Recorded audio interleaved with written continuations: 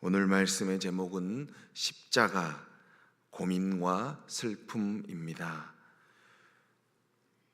우리는 고난주간 특별 새벽 기도회를 맞이하여 십자가를 주제로 한 13번의 묵상을 진행 중입니다. 오늘 우리는 십자가 두 번째 묵상, 고민과 슬픔에 대하여 살펴보도록 할 것입니다. 그래서 오늘 말씀의 제목은 십자가, 고민과 슬픔입니다. 십자가, 고민과 슬픔에 대하여 알기 위해 오늘 본문 말씀 마태복음 26장 36절에서 46절 사이 말씀의 배경을 살펴보도록 하겠습니다. 제자들과 마지막 만찬을 마치신 예수님께서는 제자들과 함께 감람산에 오르셨습니다. 그곳에서 예수님께서는 스가랴 13장 7절의 말씀을 인용하시면서 예수님 당신의 죽음과 부활에 대하여 예언을 말씀하셨습니다. 스가랴 13장 7절 말씀 나오면 우리 다 같이 한 목소리로 읽어볼까요? 읽겠습니다. 만군의 여호와가 말하노라, 가라, 깨어서 내 목자 내 삭된 자를 치라. 목자를 치면 양이 흩어지려니와 작은 자들 위에는 내가 내 손을 들이우리라. 아멘. 가라, 내 목자를 치라. 목자를 치면 양이 흩어지려니와, 이 말씀. 그러나 이 말씀을 인용하시면서 예수님께서 자신의 죽음과 부활에 대한 예언의 말씀을 하셨을 때는 하나님의 뜻을 이때까지는 모르는 제자들에게 있어서 이러한 말씀은 불길한 느낌이 드는 예언이었습니다. 아니, 예수님이 어떻게 된다는 거야? 아니, 우리가 지금 예수님을 중심으로 똘똘 뭉치고 이 나라를 전복시킬 만한 사람들이 모여있고 에너지가 있고 평판이 있는데 무슨 이렇게 불길한 말씀을 하시지? 라고 하면서 제자들 사이에 놀람과 정적 그리고 웅성거림이 이어졌습니다. 이에 예수님의 수제자 베드로는 이러한 분위기를 극복하며 다른 사람은 몰라도 저만큼은 예수님을 지키고 누가 예수님을 쳐서 사람들 다 흩어져도 저만큼은 예수님을 사수하겠습니다 라고 선언합니다. 그러나 예수님은 이러한 선언에 별로 감흥이 없으셨습니다. 오히려 베드로의 사기가 떨어질 말씀을 하셨습니다. 마태복음 26장 34절 말씀에 이 내용이 있는데요, 34절 말씀입니다. 34절 읽겠습니다. 예수께서 이르시되 내가 진실로 내게 이르노니 오늘 밤 닭 울기 전에 내가 3번 나를 부인하리라. 아멘. 아니, 내가 진실로 너에게 말하건대 오늘 밤 닭이 울기 전에 내가 3번 나를 부인할 거야 라고 말씀하셨습니다. 그래도 베드로는 이 예수님의 말씀에 아랑곳하지 않고 아니요, 저만큼은 예수님을 지키겠습니다 라고 목숨을 걸며 예수님을 배신하지 않을 것이라고 호언장담하였습니다.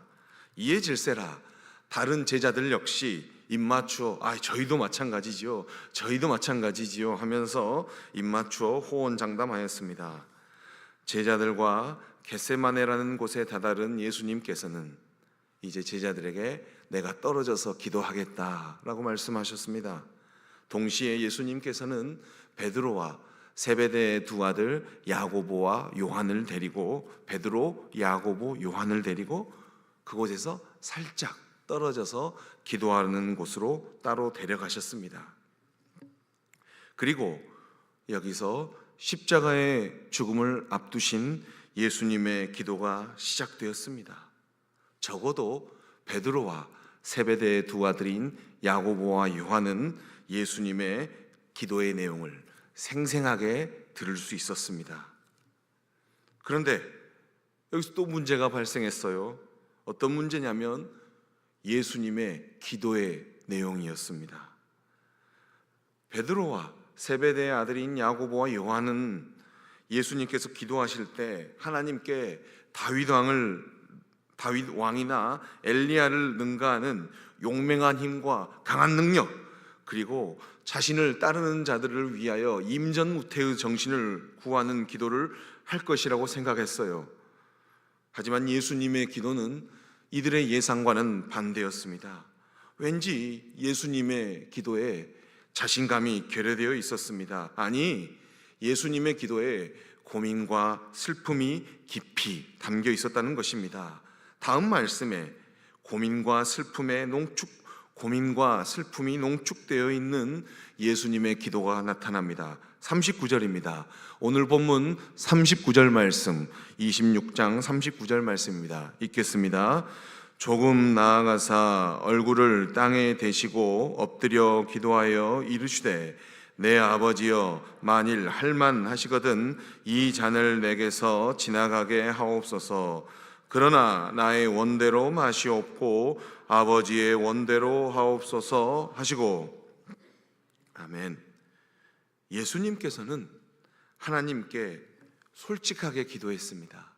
예수님께서는 하나님께 솔직하게 기도했고요, 하나님께 하나님, 죽음의 잔을 피하게 해 주십시오 라고 요청하시면서 동시에 그러나 하나님의 뜻이 이루어져야 합니다 라고 기도하셨습니다.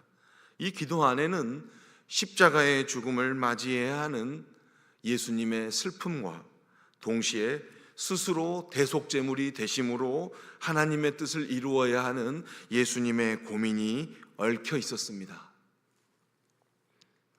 안타까운 사실은 베드로, 야고보, 요한은 아직 포도주가 반쯤 깬 채 졸면서 예수님의 기도를 들었던 것 같습니다.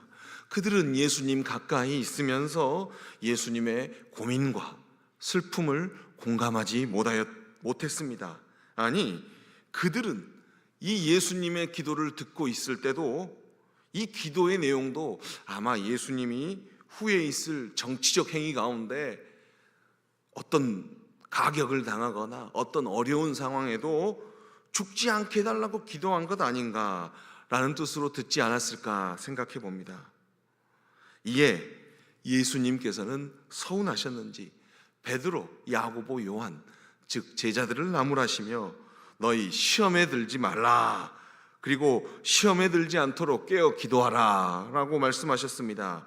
이 말씀, 마태복음 26장 41절 말씀은 우리 성도들에게도 유효한 말씀입니다. 41절 크게 한번 읽겠습니다.